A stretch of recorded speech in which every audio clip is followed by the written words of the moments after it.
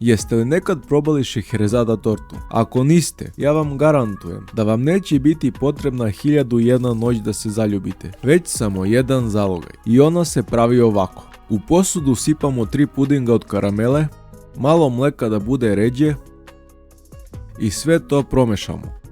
Zatim u šerpu sipamo 3 kašike šećera, 900 ml mleka i sve to odnesemo na vatru.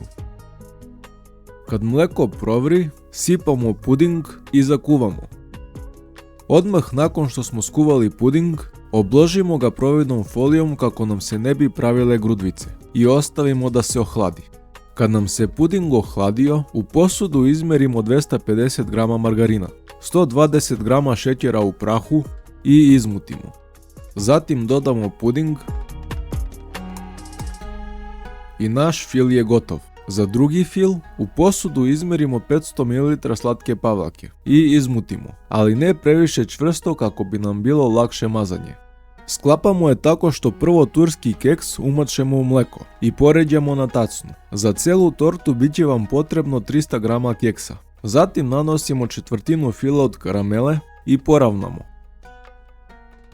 A onda nanosimo četvrtinu slatke pavlake, poravnamo i ponavljamo proces dok ne utrošimo sve filove.